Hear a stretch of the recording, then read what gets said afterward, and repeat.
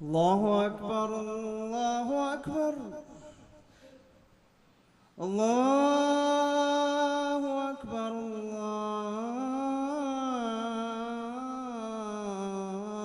الله أكبر.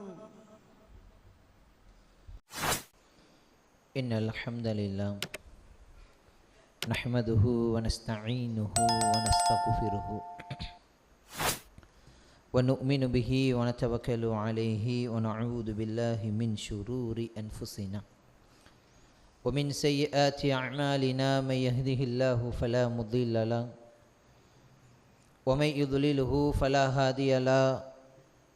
أشهد أن لا إله إلا الله وحده لا شريك له وأشهد أن محمدا عبده ورسوله. أما بعد، وقال الله تعالى في آيات: هو الذي أرسل رسوله بالهدى ودين الحق ليظهره على الدين كله ولو كره المشركون. وقال أيضا: يا أيها الذين آمنوا اتقوا الله حق تقاته ولا تموتن إلا وأنتم مسلمون. وقال نبينا صلى الله عليه وسلم: فإن أصدق الحديث كتاب الله وأحسن الهدي هدي محمد صلى الله عليه وسلم وشر الأمور محدثاتها وكل محدثة بدعة وكل بدعة ضلالة وكل ضلالة في النار. اللهم صل على محمد وعلى آل محمد كما صليت على إبراهيم وعلى آل إبراهيم إنك حميد مجيد. اللهم بارك على محمد وعلى آل محمد كما باركت على إبراهيم وعلى آل إبراهيم إنك حميد مجيد. எல்லா புகழும் ஏக இறைவனாகிய அல்லாஹ் ஒருவனுக்கே உரித்தாகட்டுமாக. அவனுடைய அன்பும் கருணையும் சாந்தியும் சமாதானமும் எம்பெருமானார் ரசூலே கரீம் ஸல்லல்லாஹு அலைஹி வஸல்லம் அவர்கள் மீதும், அன்னலாருடைய வாழ்க்கையை தன்னுடைய வாழ்க்கையில் அப்படியே அடிபடாமல் பின்பற்றி வாழ்ந்த உத்தம சத்திய சஹாபாக்கள், சஹாபிய பெண்மணிகள், இமாமுகள், இந்த யௌமுல் ஜுமா தினத்தன்று ஒன்று கூடி இருக்கக்கூடிய நம்மீதும் அல்லாஹுடைய அன்பும் அவனுடைய கருணை பார்வையும் என்றென்றும் நம்மீது நிலவட்டுமாக என்கிற பிரார்த்தனையோடு ஜுமாவுடைய உரையை ஆரம்பம் செய்கிறேன். கண்ணியத்திற்குரிய எல்லாமல்ல அல்லாஹுவின் நல்லடியார்களே, சகோதர சகோதரிகளே, இந்த வார ஜும்மா உரையின் தலையங்கமாக அல்லாஹு நேசிக்கக்கூடிய விஷயங்கள் என்ற தலைப்பில் ஒரு சில செய்திகளை நினைவுபடுத்திக் கொள்வதற்காக நாங்கள் பணிக்கப்பட்டிருக்கிறேன். அன்பிற்கினிய எல்லாமல்ல அல்லாஹுவின் நல்லடியார்களே, இந்த தலைப்பை பொறுத்தவரையில் இன்றைய காலத்தில் இந்த தலைப்பை பற்றி நிறைய செய்திகளை நமக்கு மத்தியில் கண்டிப்பாக பகிர்ந்து கொள்ள வேண்டும். ஏனென்றால் அன்பு, பாசம் இதையெல்லாம் இந்த உலகத்தோடு ஒற்றி இருக்கக்கூடிய ஒன்று. இந்த உலகம் என்பது எப்படி கட்டமைக்கப்பட்டிருக்குன்னு சொன்னால், அன்பை கொண்டும் பாசத்தை கொண்டும் அழகான விஷயங்களை கொண்டும் இந்த உலகம் கட்டமைக்கப்பட்டிருக்கிறது. அப்படிப்பட்ட உலகத்திலே தான் அல்லாஹ் ரப்புல் ஆலமீன் நம்மை படைத்திருக்கிறார். அதனால தான் பெருமானார் ஸல்லல்லாஹு அலைஹி வஸல்லம் அவர்கள் ஒரு நபிமொழியை நமக்கு சொல்லித் தருகிற பொழுது, வானங்களையும் பூமியையும் படைத்த நாட்களிலிருந்து அல்லாஹ் ரப்பு சுப்ஹானஹு வ தஆலா அதே நேரத்தில் 100 விதமான கருணைகளை அல்லாஹ் படைத்திருக்கிறான். ரசூலுல்லாஹி ஸல்லல்லாஹு எப்படி சொல்கிறாங்க? வானங்களையும் பூமியையும் படைத்து அதோடு சேர்த்து அல்லாஹ் ரப்பு சுப்ஹானஹு வ தஆலா 100 விதமான கருணைகளை அல்லாஹ் படைத்திருக்கிறான். ரசூல் ஸல்லல்லாஹு அலைஹி வஸல்லம் அவங்க தொடர்ச்சியாக சொல்லுகிறார்கள், இந்த 100 விதமான கருணைகளில் இந்த 100 விதமான அன்புகளில், இந்த 100 விதமான பாசத்தில் ஒரே 1% மட்டும்தான் இந்த உலகத்தின் நாம் முஃமின்களுக்கு கொடுத்திருக்கிறோம் என்று அல்லாஹ் சொல்கிறான். என்ன அழகான செய்தி பாருங்க. வெறும் 100 விதமான கருணைகளில், 100 விதமான அன்பில், 100 விதமான பாசத்தில் அல்லாஹ் ரப்பு சுப்ஹானஹு தஆலா இந்த உலகத்தில் நாம் அனுபவிக்க வேண்டும் என்பதற்காக, நாம் அழகான முறையில் சந்தோஷமாக இருக்க வேண்டும் என்பதற்காக அல்லாஹ் ரப்புல் ஆலமீன் ஒரே 1% மட்டும்தான் நமக்கு அல்லாஹ் தந்திருக்கிறான். மீதம் இருக்கிற 99% ரப்புல் ஆலமீன் நாளை மறுமை நாளில் சொர்க்கவாதிக்கென்று வைத்திருக்கிறான். இந்த ஒரே ஒரு விஷயத்தை மட்டும் இன்றைக்கி நம்ம கொஞ்சம் யோசித்து பாருங்க. அல்லாஹ் ரப்புல் ஆலமீன் நம்முடைய நேசத்தினுடைய வெளிப்பாடாக, பாசத்தினுடைய வெளிப்பாடாக அழகான ஆடைகள் அணிகிறோம், அழகான முறையில் நாம் இந்த உலகத்தில் நடந்து கொண்டிருக்கிறோம், அழகான முறையில் நல்ல நல்ல உணவுகளை உண்டு கொண்டிருக்கிறோம். இப்படியாக அல்லாஹ் நமக்கு 1% தான் இந்த உலகத்தை நமக்கு தந்திருக்கிறார். அப்போ இந்த 1% தான் இவ்வளவு அழகான முறையில் நாம் இருக்கிறோம்னு சொன்னால், அதே மாதிரி தான் நீங்கள் பாருங்கள், ஜீவராசிகள், மிருகங்கள்லாம் இருக்குது பாருங்கள். குட்டி போட்ட உடனே என்ன செய்யும்? தன் அன்பை வெளிப்படுத்துவதனுடைய வெளிப்பாடு என்ன, எப்படி இருக்கும் தெரியுமா? குட்டியை போட்ட உடனே அது தன்னை அந்த குட்டியை பாதுகாக்கிறது. அது என்னதனுடைய வெளிப்பாடு? அது எல்லாம் பாசத்தினுடைய வெளிப்பாடு. பெருமானார் ஸல்லல்லாஹு அலைஹி வஸல்லம் அவங்க ஒரு ஹதீஸிலேயே நமக்கு சொல்லி காட்டுறாங்க. குதிரைகள் என்ன செய்யணும்னு சொன்னால், தன்னுடைய குட்டிகளை இடுகிற பொழுது, குட்டிகளை இட்ட உடனே அந்த குதிரை என்ன செய்யும்? தன்னுடைய காலு தன் குட்டியின் மீது பட்டுவிடக்கூடாது என்பதற்காக என்ன செய்யும்? கவனமாக பாதுகாத்து கொள்ளும். இது எதனுடைய வெளிப்பாடு?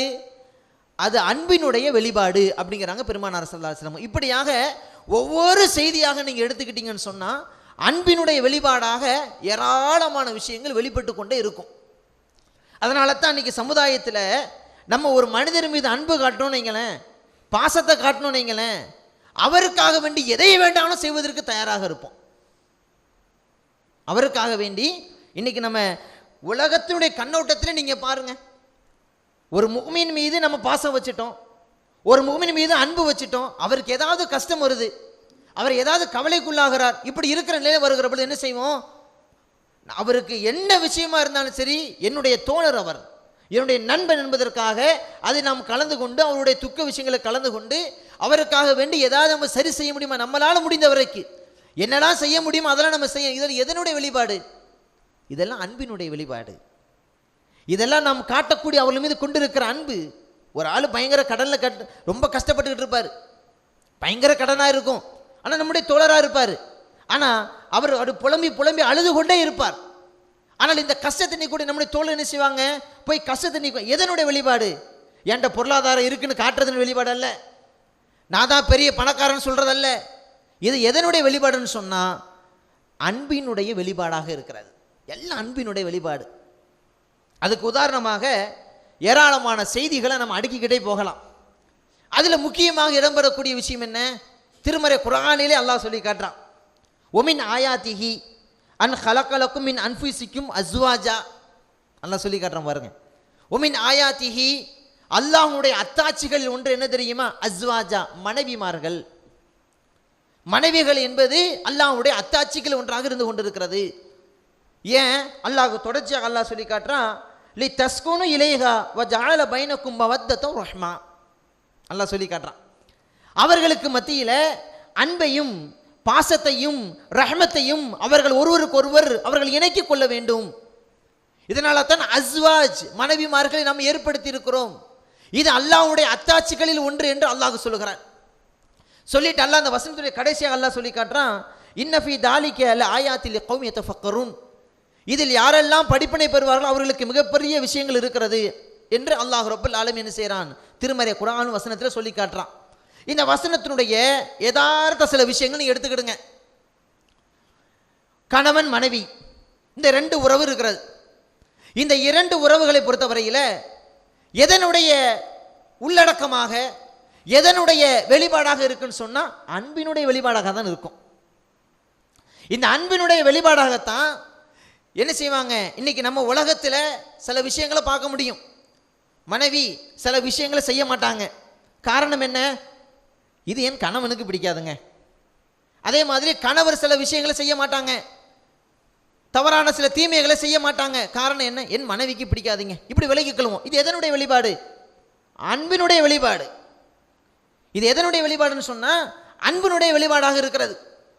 இப்படியாக இந்த கணவன் மனைவி என்ற ரெண்டு உறவுமே மவத்தத்தும் ரஹ்மா, அவர்களுக்கு மத்தியில் கிருபை செய்யப்படுகிறது, அவர்களுக்கு மத்தியில் அன்பு பாராட்டப்படுகிறது, அவர்கள் மத்தியில் இணக்கமாக இருக்கிறதை உறுதிப்படுத்துகிறது. இதுவெல்லாம் எதை உணர்த்துகிறது என்று சொன்னால் இந்த வசனத்தினுடைய உள்ளடக்கமாக சொல்லுகிற பொழுது அவர்களுக்கு மத்தியில் அன்பை வெளிக்காட்டத்தின் மூலமாக, அவர்களுக்கு மத்தியில் பாசத்தை வெளிக்காட்டத்தின் மூலமாக தான் இது இருந்து கொண்டு இருக்கிறது என்பது அல்லாஹ் சொல்லி காட்டுறான். அதே மாதிரி பாருங்க, கணவன் மனைவி என்கிற இந்த இரண்டு உறவு, இந்த இரண்டு உறவு அன்பால் இணைகிறது, பாசத்தால் இணைகிற பொழுது அல்லாஹ் ரப்பு சுப்ஹானஹு தஆலா ஒரு சாலிகான ஒரு சந்ததி அவர்களுக்கு கொடுக்கிறான். எதனுடைய வெளிப்பாடு? அது அன்பினுடைய வெளிப்பாடு. மார்க்கம் அதைத்தான் சொல்லுகிறது. அதன் மூலமாக அவர்கள் அன்பு பாராட்டியதன் மூலமாக அல்லாஹ் ரப்பு சுப்ஹானஹு தஆலா ஒரு அழகான ஒரு சந்ததி அல்லாஹ் கொடுக்கிறான், அழகான குழந்தை செல்வத்தை அல்லாஹ் கொடுக்கிறான். எப்படி அந்தஸ்து? கணவன் மனைவி என்று இரண்டு பேர் இருந்தவர்கள் மூன்றாவது நபராக பெற்றோருடைய ஸ்தானத்தை அடைகிறார்கள். அது எதனுடைய வெளிப்பாடு? அன்பினுடைய வெளிப்பாடு. பெற்றோருடைய ஸ்தானத்தை அடைகிறார்கள். இப்படியாக அடைந்துகிற பொழுது அடுத்து எதை அடைகிறார்கள்? இப்படியாக அன்புக்காக ஏங்கி கொண்டு இருக்கிற இந்த மாதிரியான விஷயங்கள் வந்து கொண்டு இருக்கிற பொழுது கடைசியாக இந்த இரண்டு பேர்களும் வயது முதிர்ந்த ஒரு பருவத்தை அடைந்த பிறகு, ஒரு வயசாக ஆனாலும் முடிந்த பிறகு என்ன எதிர்பார்க்குறாங்க? பிள்ளைங்களுடைய அன்பு எதிர்பார்க்குறாங்க. என் பிள்ளை என்ன கவனிக்கணும், என் பிள்ளை என்கிட்ட பாசமாக பேசணும், என் பிள்ளை என்கிட்ட நல்ல முறையில் நடந்துக்கிடணும். அன்புக்காக வேண்டி ஏங்கக்கூடியவர்களாக இருக்கிறார்கள், அன்புக்காக வேண்டி ஏங்கி கொண்டு தவிக்கிறார்கள். கணவனாக இருந்தாலும் சரி, மனைவியாக இருந்தாலும் சரி, பெற்றோர்களாக இருந்தாலும் சரி, பிள்ளைகளாக இருந்தாலும் சரி, இப்படியாக ஒன்று தொட்டாக வருகிற பொழுது எல்லாம் எதனுடைய வெளிப்பாடாக இருக்குன்னு சொன்னா அன்பினுடைய வெளிப்பாடாக இருந்து கொண்டிருக்கிறது. அதே போன்று பாருங்க, ஒரு நட்பு வட்டாரங்கள், நாம் நட்புகளை தேர்வு செய்கிறோம், அது எதனுடைய வெளிப்பாடாக இருக்கிறது? அன்பினுடைய வெளிப்பாடு. இந்த மனிதன் எனக்கு ரொம்ப பிடிக்குங்க, இவர் எனக்கு ரொம்ப பிடிக்குங்க, இவர் என்ன ரொம்ப பாசம் வைக்கிறாங்க. காரணம் என்ன? அன்பினுடைய வெளிப்பாடு. ஆனால் இந்த நண்பர்களை தேர்வு செய்யக்கூடிய விதம் எப்படி இருக்கிறது? அவர் நல்ல நண்பராக இருந்தால் அவங்களுக்கு நல்ல நண்பன் கிடைப்பான், கெட்ட நண்பர் இருந்தால் அவனுக்கு கெட்ட நண்பன் தான் கிடைப்பான். இது மார்க்கம் சொல்லக்கூடிய அழகான ஒரு தத்துவமான ஒரு விஷயம், இது அழகான ஒரு செய்தி இது. அப்போ இப்படியாக வந்து கொண்டு இருக்கிற பொழுது இந்த பாசம் அப்படி ஒன்று தொட்டு பிள்ளைகளை தொட்டு வருகிறது. பிள்ளைகளிலிருந்து அப்படியே தன்னுடைய பிள்ளைகளிடத்திலிருந்து பெற்றோர்கள் அன்பை எதிர்பார்க்கிறார்கள். அப்படியே தொட்டு வருகிற பொழுது பிள்ளைகளும் தன்னுடைய வீட்டில் இருக்கிற சொந்த பந்தங்களும் உறவுகளுக்கு மத்தியில் அன்பை வெளிக்காட்டுகிறார்கள். அண்டை வீட்டுக்காரர் மத்தியில் அண்டை வீட்டுக்காரர்கள் மத்தியில் பாசத்தை வெளிக்காட்டுகிறார்கள். சமுதாயத்து மக்கள் மத்திய மீது பாசத்தை வெளிக்காட்டுகிறார்கள். இப்படியெல்லாம் அன்பை வெளிக்காட்டக்கூடிய விஷயங்கள் ஏராளமாக இருந்து கொண்டிருக்கிறது இந்த துனியாவில். ஆனால் இதையெல்லாம் மார்க் அனுமதிச்சிருக்குதா? அனுமதிச்சிருக்குது. இதையெல்லாம் அல்லாஹ்வுடைய வரையறைக்கு உட்பட்டு அல்லாஹ்வும் அல்லாஹ்வுடைய தூதர் ஸல்லல்லாஹு அலைஹி வஸல்லம் அவங்க எப்படி ஒரு மனிதர் மீது அன்பு காட்ட வேண்டும் என்று சொன்னார்களோ அந்த அடிப்படையில் இருந்தால் இந்த அன்பு ஓகே. ஆனால் அதே அந்த அன்பு அல்லாஹ்வும் அல்லாஹ்வுடைய தூதர் நமக்கு காட்டி தராத, அல்லாஹ்வும் அல்லாஹ்வுடைய தூதர் நமக்கு சொல்லி தராத ஒரு தீமையான ஒரு அன்பாக, தீமையான ஒரு பாசமாக இருந்தால் அது இஸ்லாத்தின் அனுமதி இல்லை என்பதை நாம் முதலில் புரிந்து கொள்ள வேண்டும். இப்போ அல்லாஹ்வுடைய அன்பை பெறுவதற்குண்டான வழிகள் என்ன? இதை நம்ம கொஞ்சம் புரிஞ்சுக்கிடணும். ஏன்னா இன்றைக்கு நம்ம உலகத்தில் வாழுகிற பொழுது நிறைய விஷயங்களை செஞ்சுக்கிட்டு இருக்கிறோம். நிறைய விஷயங்கள் நம்முடைய சகோதரர்களுக்காக வேண்டி, அவருடைய பாசத்தை பெறுவதற்காக வேண்டி இந்த உலகத்தில் எவ்வளவோ நல்ல நல்ல காரியங்கள் என்ன. ஏன்னா இவருக்கு என்ன பிடிக்கணும், ஏன்னா இவர் மீது என் பாசம் வைக்கணும், இவர் என்கிட்ட அன்பாக பேசணும் என்பதற்காக எவ்வளவோ செய்கிறோம். நன்னால முடியாமல் இருந்தாலும் செய்கிறோம். ஆனால் அல்லாஹ்வினுடைய பாசத்தை பெறுவதற்காக, அல்லாஹ்வினுடைய அன்பை பெறுவதற்காக, உங்களை படைத்த இறைவனுடைய அன்பை பெறுவதற்காக இன்னைக்கு நம்ம என்ன செஞ்சிருக்கிறோம் யோசிச்சு பாருங்க. அல்லாஹ்வுடைய பாசத்தை பெறுவதற்கு இன்னைக்கு நம்ம என்ன செஞ்சிருக்கிறோம் யோசிச்சு பார்க்கணும். ஒரு சின்ன நம்மளால ஒரு 5 நேர தொழுகை கூட சரியான முறை நிறைவேற்ற முடியலை. அவ்வளவு கஷ்டமா இருக்கு நமக்கு. தொழுகையினுடைய விஷயங்களை ரொம்ப பின்னடங்கி இருக்கிறோம். நம்ம தான் பின்தங்கி இருக்கிறோம். பார்த்தா நம்ம பிள்ளைகளை சேர்த்து பின்தங்கி வச்சுட்டு இருக்கிறோம். நம்ம தான் ஆனால் ஒரு விஷயம் நன்றாக விளங்கிக்கிடுங்க, ஆனால் நமக்கு வாய்ப்புகள் கிடைத்து கொண்டே இருக்கிறது. அதை முதல் நன்றாக விளங்கிக்கிடணும். இறை தூதர் ஸல்லல்லாஹு அலைஹி வஸல்லம் அவங்க தொழுவதற்காக வேண்டி, அல்லாஹ்வை தொழுவதற்காக வேண்டி வருகிற பொழுது எவ்வளவு இன்னல்கள் பட்டு இருக்கிறார்கள், எவ்வளவு கஷ்டப்பட்டு இருக்கிறாங்க. அல்லாஹ்வை வணங்க வேண்டும் என்பதற்காக அந்த நிராகரிப்பாளர்கள், குஃபார்கள் என்ன செய்யறாங்க, அல்லாஹ்வுடைய தூதர் அவ்வளவு கடுமையாக என்ன செய்ய விமர்சனம் செய்கிறார்கள். கடுமையாக அல்லாஹ்வுடைய தூதர் என்ன செய்யறாங்க, தொழுகை இபாதத்து செய்ய முடியாத அளவிற்கு என்னெல்லாம் செய்ய முடியுமோ எல்லாமே செய்யறாங்க. ஆனால் அல்லாஹ் ரப்பல் நம்மளை அப்படி ஆக்கலை. அல்லாஹ் ரப்பல் ஆலமீன் நம்மளை அப்படி கொண்டு வரல. நமக்கு அழகாக பள்ளிவாசல்களை தந்திருக்கிறான், வீடை கொடுத்திருக்கிறான், சந்ததிகளை தந்திருக்கிறான், சந்தோஷமா இருப்பதற்கு பொருளாதாரத்தை கொடுத்திருக்கிறான், வசதி வாய்ப்புகள் எல்லாம் கொடுத்திருக்கிறான். மாஷா அல்லாஹ். நம்ம அல்லாஹ் ரப்பல் ஆலமீன் தண்ணீரையோடு அல்லாஹ் நம்மளை வச்சிருக்கிறான். நம்ம அல்லாஹ்வுக்கு செய்ய வேண்டிய கடமை ஏன் இன்று வரைக்கும் நம்ம சரியாக நிறைவேற்ற மாட்டேங்கிறோம்? அப்ப எப்படி நமக்கு அல்லாஹ்வுடைய பாசம் கிடைக்கும்? அப்ப எப்படி நமக்கு அல்லாஹ்வுடைய அன்பு கிடைக்கும்? யோசிச்சு பாருங்க. நம்ம தான் இப்படி இருக்கிறோம்னு பார்த்தா நம்ம பிள்ளைகளையும் சேர்த்து என்ன செய்யறோம்? எந்த வழிப்படுத்திட்டு இருக்கிறோம்? நல்ல வழிப்படுத்துறோமா? நம்ம பிள்ளைகளுக்கு நல்ல விஷயங்களை கற்றுக் கொடுக்குறோமா? நம்ம பிள்ளைங்களுக்கு தொலைவான்னு சொல்லி கொடுக்குறோமா? ஏன் கூட தொலைவான்னு சொல்லி கொடுக்குறோமா? இல்லையே. அல்லாஹ் பாதுகாக்க வேண்டும் சமுதாயத்தை. அல்லாஹ்வுடைய அன்பை பெறுவதற்கு ஒரு அடிப்படையாக இருக்கக்கூடிய விஷயம் என்ன தெரியுமா? முதல் விஷயம், இந்த விஷயத்தை நல்லா கவனமாக வச்சுக்கிடுங்க. இந்த ஒரு சாவியை கவனமாட்டு கையில் வச்சுக்கிடுங்க. இந்த சாவியை வச்சிட்டிங்கன்னு சொன்னால் பூட்டு ஓப்பன் ஆயிரும், சொர்க்கத்துடைய கதை ஓப்பன் ஆகும்.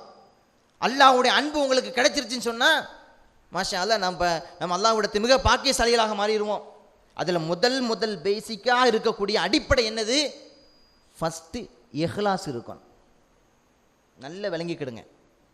இஹ்லாஸ் இருக்கணும். இஹ்லாஸ் இல்லைன்னீங்களே, நாம் செய்யக்கூடிய ஒவ்வொரு விஷயங்களும் அதில் உள தூய்மை இருக்கணும். உள தூய்மை இல்லைன்னு சொன்னால் அந்த விஷயம் ஒன்றும் இல்லாமதாக மாறிவிடுகிறது. அல்லாஹ்விற்காக வேண்டி நீங்கள் செய்தீங்கன்னு சொன்னால் அதற்கு அல்லாஹ்வுடைய நேசம் கிடைக்கும்.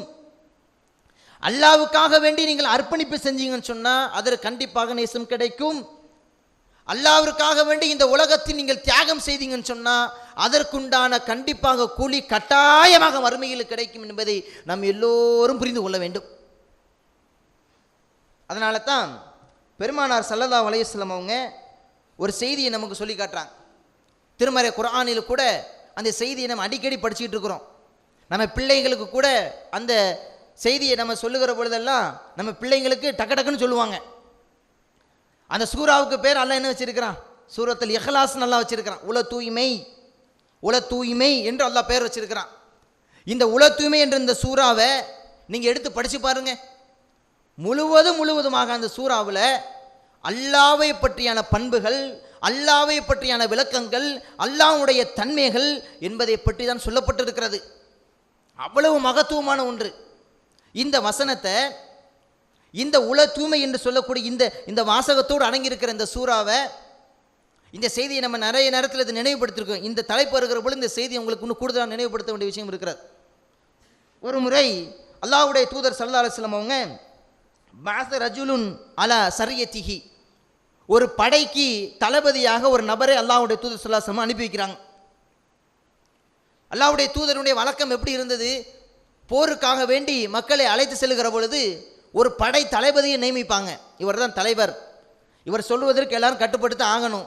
ஏன்னா இவருக்கு எல்லாரும் கட்டுப்படுத்த ஆகணும், இல்லைன்னு சொன்னால் அவ்வளோதான், கவனமாக பார்த்துக்கிடுங்கன்னு சொல்லி அல்லாஹ்வுடைய தூதர் என்ன செய்வாங்க? சொல்லி அனுப்பி வைப்பாங்க. அதே போன்று ஒரு மனிதர் என்ன செய்கிறாங்க? படைக்கு தளபதியாக அல்லாஹ்வுடைய தூதர் அனுப்பி வைக்கிறாங்க. அனுப்பி வைக்கக்கூடிய இந்த நேரத்தில் அந்த நபி தோழர் என்ன செய்கிறான்னு சொன்னால், வகான யக்ரவு லி அஸ்ஹாபிஹி பி ஸலாத்திஹிம் ஃபயஹ்தமு யகூலு குல் ஹுவல்லாஹு அஹத். அந்த நபி தோழர் என்ன செய்கிறாரு? போகிற வழியில் தொழுகையினுடைய நேரங்கள் வந்துட்டா, இபாதத்தினுடைய நேரங்கள் வந்துட்டா. இன்றைக்கி நம்ம தான் என்ன செய்கிறோம்? இபாதத்துடைய நேரங்கள் வந்தாலும் வீட்டில் கிடந்து தூங்குகிறோம், அல்லது வேறு விஷயங்களுக்கு ஈடுபாடு சேர்த்துக்கிட்டு இருக்கிறோம். இபாதத்து அதெல்லாம் ரெண்டாவது பார்த்துக்கலாங்க, முதல்ல எங்களுக்கு இதுதாங்க முக்கியம் அப்படிங்கிறோம். ஆனால் அல்லாஹ்வுடைய தூதரோடு பாடம் படித்த உத்தம தோழர்களுடைய நிலைகள் எப்படி இருக்குது பாருங்க. படைத்தளபதியாக சென்று கொண்டிருக்கிற அந்த நேரத்தில் தொழுகையினுடைய நேரம் வந்துருச்சுன்னு சொன்னால் உடனே அந்த இடத்துல தொழுகை நிலைநாட்டுவாங்க. இப்படி தொழுகை நிலைநாட்டி கொண்டு இருக்கிற பொழுது அந்த நபி தோழர் என்ன செய்கிறாரு? குல் ஹுவல்லாஹு அஹத் என்ற சூறாவை ஓதுறார். எப்போ? எல்லா போகிற வழியில் தொழுகையினுடைய நேரங்கள் வருகிற போதெல்லாம் தொழுகையினுடைய இறுதி நேரங்களில் இறுதி ரக்காயத்தில் என்ன செய்து விடுகிறார்? குல் ஹுவல்லாஹ் சூறாவை ஓதியே முடிக்கிறார். சகாபாக்களுக்கு கேள்வி வருகிறது. இந்த கேள்வி என்ன செய்கிறாங்க? அல்லாஹ்வுடைய தூதர்கிட்ட கொண்டு போகிறாங்க. அல்லாஹ்வுடைய தூதர் அவர்களை நீங்கள் படைத்தலைவராட்டி அனுப்பி வச்சிங்க. இந்த படைத்தலைவராக இருக்கக்கூடியவர் தொழுகையினுடைய இறுதியாக முடிக்கிற பொழுது எப்பவும் குல்ஹு அல்லாஹ் சூறாவை சொல்லி முடிக்கிறார். சூரா இஹ்லாஸை ஓதியே முடிக்கிறார் அப்படிங்கிறாங்க. உடனே அல்லாஹ்வுடைய தூதர் ஸல்லல்லாஹு அலைஹி வஸல்லம் என்ன சொன்னாங்க தெரியுமா? ஏங்க, அவர்கிட்ட நீங்கள் ஒரு குறையே பார்த்தீங்க, அவர்கிட்ட ஒரு தப்பை நீங்கள் பார்த்தீங்க, அதையே நீங்கள் அவர்கிட்ட சொல்ல வேண்டியது தானே. என்ன இந்த ஹதீஸினுடைய அந்த நிறைய படிப்பினைகள் இருக்கிறது. இந்த ஹதீஸில் நிறைய படிப்பினைகள் இருக்கிறது. பெருமானா ஸல்லல்லாஹு அலைஹி வஸல்லம் அவங்க அந்த நபி தோழர்கிட்ட சொல்கிறாங்க, என்ன சொல்லி காட்டுறாங்கன்னு சொன்னால், அவரை நீங்கள் பார்க்க தானே செஞ்சீங்க, அவரை உங்கள் கண்மணி பார்க்க தானே செஞ்சீங்க, அவர்கிட்ட இந்த விஷயத்தை நீங்கள் சொல்ல வேண்டியது தானே அப்படி. உடனே இந்த தோழர்கள் எல்லாம் என்ன செய்கிறாங்க, திரும்ப அவர்கிட்ட போகிறாங்க. நீங்கள் தொழுகையில் ஓதப்படுகிற பொழுது சூரா இஹ்லாஸை சொல்லியே முடிக்கிறீங்களா, என்ன காரணம் அப்படின்னு. உடனே அந்த நபி தோழர் சொல்லுகிறார், இந்த சூரத்துல் இஹ்லாஸ் என்பது ஃபகால லி அன்னஹா சிஃபாத்துர் ரஹ்மான், சிஃபத்துர் ரஹ்மான். ஒரு சில ஹதீஸில் சிஃபாத்துர் ரஹ்மான் என்ன சொல்கிறாங்க, இது அல்லாஹ்வினுடைய பண்புகளில் ஒரு பேராக இருக்கிறது, அல்லாஹ்வுடைய வல்லமைகளை சொல்லக்கூடிய ஒரு சூறாவாக இருக்கிறது. எனவே இந்த சூறாவை நான் அடிக்கடியாக ஓதுகிறேன் என்று சொல்கிறார். சொன்ன உடனே இந்த நபி தோழர்கள் எல்லாரும் என்ன செய்கிறாங்க, திரும்பி அல்லாஹ்வுடைய தூதர்கிட்ட போகிறாங்க. அல்லாஹ்வுடைய தூதரே, நாங்கள் கேட்டோம், அவர் இந்த ஒரு பதிலை சொன்னார் அப்படின்னு சொன்னோன்னு அல்லாஹ்வுடைய தூதர் ஸல்லல்லாஹு அலைஹி வஸல்லம் அவர்கள், நீங்கள் எல்லாரும் போய் அந்த நபி தோழர்கிட்ட சொல்லுங்க, என்ன சொல்லணும் தெரியுமா? அஹ்பரஹு அன்னல்லாஹு யுஹிப்புஹு அன் அக்ரவுஹு. இந்த வசனத்தை அவர் ஓதியதின் மூலமாக நீங்கள் அவர்கிட்ட போய் சொல்லணும், என்ன சொல்லணும்? அஹ்பருஹு, அவர்கிட்ட போய் நீங்கள் அறிவித்து காட்டுங்க, அன்னல்லாஹு யுஹிப்புஹு, இதன் மூலமாக அல்லாஹ் அவரை நேசிக்கிறான் என்று சொல்லுங்க அப்படின்னா. இப்போ என்ன அழகான ஒரு வசனம் பாருங்க. அல்லாஹ்வுடைய வசனங்களை இஹ்லாஸான முறையில் பொருள் உணர்ந்து அல்லாஹ்விற்காக வேண்டி அந்த செய்தியை செய்யும் பொழுது அல்லாஹ்வுடைய அன்பை பெறக்கூடிய ஒரு அந்தஸ்து இருக்கிறது என்பது நம்ம சம்பவத்தின் மூலமாக புரிந்து கொள்ள முடியுது. அப்போ நம்ம அல்லாஹ்வுடைய நேசத்தை பெறுவதற்கு முதல் காரணம் இஹ்லாஸ் நமக்கு வரணும். நாம் செய்யக்கூடிய ஒவ்வொரு செயலும் அதில் இஹ்லாஸ் இருக்கணும், உள தூய்மை வரணும், அதில் எந்த விதமான கலப்படங்கள் இருக்கக்கூடாது. உள தூய்மை இருந்துன்னு சொன்னால் மாஷா அல்லாஹ், அல்லாஹ் நம்ம நேசிக்கக்கூடிய ஒரு பண்பாக அது மாறிவிடுகிறது. அதே போன்று இரண்டாவதாக நாம் புரிந்து கொள்ள வேண்டிய ஒரு முக்கியமான விஷயம்னு சொன்னால்,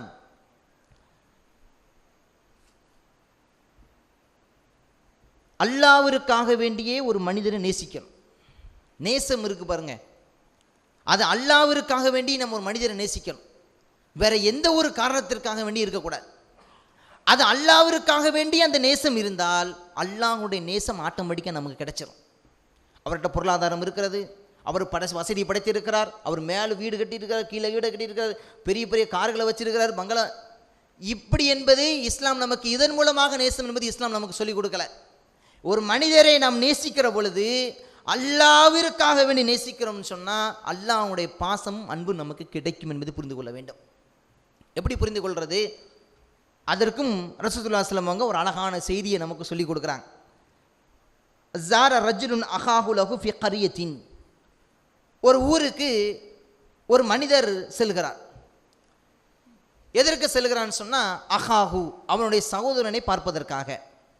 அந்த சகோதரன் எப்படிப்பட்டவன்?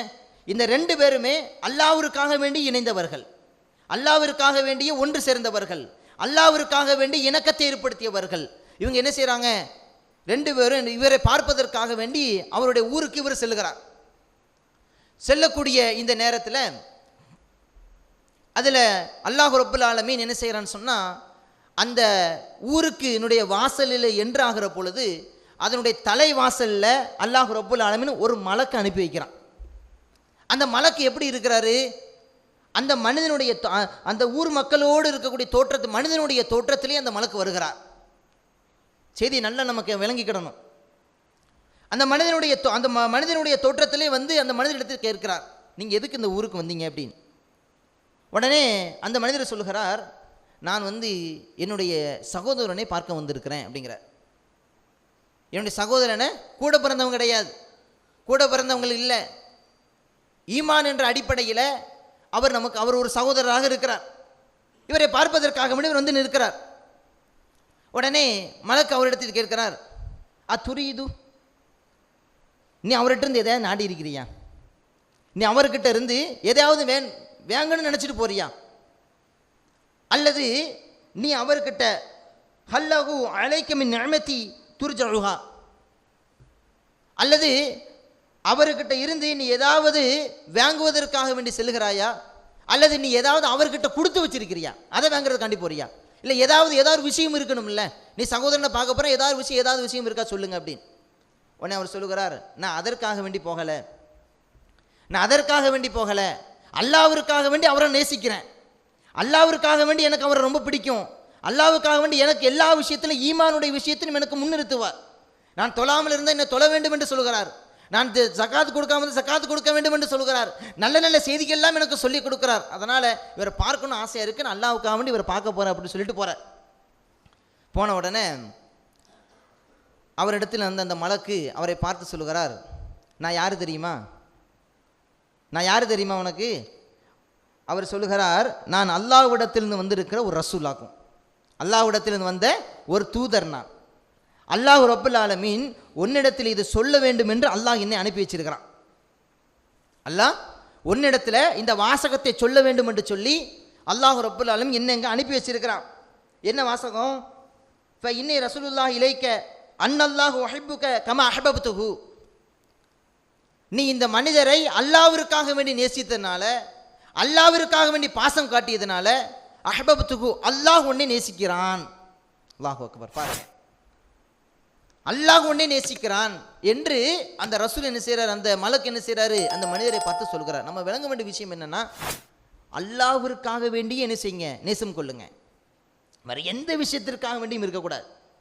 இந்த துனியாவில் வேறு நம்ம ஒரு சகோதரனை நேசிக்கிறோம்னு சொன்னால் அவர் நம்மளை நல்ல வழிபடுத்தணும், நல்லதை நமக்கு சொல்லிக் கொடுக்கணும், நமக்கு ஏதாவது தெரியவில்லை என்று சொன்னால் அதை நமக்கு சொல்லிக் கொடுக்கணும், நல்ல விஷயங்களில் நம்ம நல்ல விஷயங்கள் வழி நடத்தணும். இப்படிப்பட்ட தோழர்களை நாம் ஏற்படுத்த வேண்டும் என்று இப்படி யார் ஏற்படுத்திக் கொள்கிறார்களோ அவர்களுக்கு அல்லாஹ்வுடைய நேசம் கிடைக்கிறது என்பதை பெருமானார் ஸல்லல்லாஹு அலைஹி வஸல்லம் ஒரு அழகான ஒரு சம்பவத்தின் மூலமாக நமக்கு சொல்லி காட்டுறாங்க. அப்போ இப்படியாக நம்ம என்ன செய்யணும் சொன்னால், அல்லாஹ்வுடைய அன்பையும் அல்லாஹ்வுடைய பாசத்தை பெறக்கூடியவராக நம்ம என்ன செய்யணும், மாறணும். அதே மாதிரி மூன்றாவது விஷயம் என்ன, இத்திபாஉ ரசூல். பெருமானார் ஸல்லல்லாஹு அலைஹி வஸல்லம் என்ன செய்கிறாங்க, நமக்கு எதையெல்லாம் சொல்லி கொடுத்துருக்குறோம் இத்திபா பண்ணுறது, இதன் மூலமாக அல்லாஹ்வுடைய நேசத்தை பெற முடியும். எல்லோருக்கும் அறிந்த வசனம், குல் இன் குன்தும் துஹிப்பூன அல்லாஹ் ஃபத்தபிஊனி யுஹ்பிபுக்குமுல்லாஹ், அல்லாஹ் சொல்லி காட்டுறான். குல் இன் குன்தும் துஹிப்பூன அல்லாஹ், நீங்கள் அல்லாஹ்வை நேசிக்கக்கூடிய மனிதராக இருந்தா, அல்லாஹ்வை மனப்பூர்வமாக விரும்பக்கூடிய மனிதராக இருந்தா நீங்கள் என்ன செய்யுங்க, ஃபத்தபிஊனி, என்னை பின்பற்றுங்கள் என்று பெருமானார் ஸல்லல்லாஹு அலைஹி வஸல்லம் சொல்லியிருக்கிறாங்க. அப்போ அல்லாஹ்வுடைய அன்பை பெறுவதற்கு, அல்லாஹ்வுடைய பாசத்தை பெறுவதற்கு அழகான ஒரு வழிமுறை, அழகான செய்திகள் இஸ்லாம் நமக்கு சொல்லி தந்திருக்கிற விஷயம் என்னன்னு சொன்னால், முதலில் நம்மகிட்ட இஹ்லாஸ் கண்டிப்பாக இருக்கும். நிறைய செய்திகள் அல்லாஹ்வுடைய அன்பை பெறுவதற்கு ஏராளமான செய்திகள். சுப்ஹான ஜல்ல ஜலாலுஹு, நீங்கள் புக்குகளை எடுத்து படித்து பார்த்தாலும் சரி அவ்வளோ விஷயங்கள் இருக்கும். அப்போ நம்மகிட்ட இருக்க வேண்டிய முதல் விஷயம், இஹ்லாஸோடு செயல்படுங்க, இஹ்லாஸோடு நன்மையை சொல்லுங்க. இதன் மூலமாக என் ரப்பு எனக்கு கூலி தருவான் என்கிற ஒரு உலத்துமையோடு நீங்கள் செயல்பட்டீங்கன்னு சொன்னால் பெருவிதமான மதிப்புகள் நமக்கு இருந்து கொண்டு இருக்கிறார். இரண்டாவது விஷயம் என்ன, நாம் ஒருவரை நேசிப்பதாக இருந்தால் அல்லாஹ்விற்காக வேண்டி நேசம் கொள்ளுங்க, அல்லாஹ்விற்காக வேண்டி நீங்கள் ஒன்று சேருங்க, அல்லாஹ்விற்காக வேண்டி எல்லாம் செய்யுங்க. இப்படி நாம் நேசம் கொள்கிற பொழுது அல்லாஹ்வுடைய அன்பு ஆட்டோமேட்டிக்காக நமக்கு கிடைச்சிடும். மூன்றாவது விஷயம் என்னது, இத்திபாஉ ரசூல், அல்லாஹ்வுடைய தூதரை நேசிக்கணும். இத்திபா பண்ணுறதுனா அல்லாஹ்வுடைய தூதர் என்னெல்லாம் சொல்லி தந்திருக்கிறாங்களோ அதை நம்ம வாழ்க்கையில் என்ன செய்யணும், கொண்டு வர வேண்டும் என்பதை இந்த மூன்று செய்திகளும் அல்லாஹ்வுடைய நேசத்தையும் பாசத்தையும் பெற்றுத்தரக்கூடிய செய்திகளாக இருந்து கொண்டு இருக்கிறது. இந்த செய்தியை நம்முடைய வாழ்வில் நடைமுறைப்படுத்தக்கூடிய தௌஃபீக்கை அல்லாஹ் ரப்பல் ஆலமீன் அனைவருக்கும் வழங்குவானாக. யா அய்யுஹல்லதீன ஆமனு தக்குல்லாஹ் வகூலு கௌலன் சதீதா யுஸ்லிஹ் லக்கும் அஅமாலக்கும் வ யக்ஃபிர் லக்கும் துனூபக்கும் வ மை யுத்தி இல்லாஹ வ ரசூலஹு ஃபகத் ஃபாஸ ஃபௌஸன் அதீமா.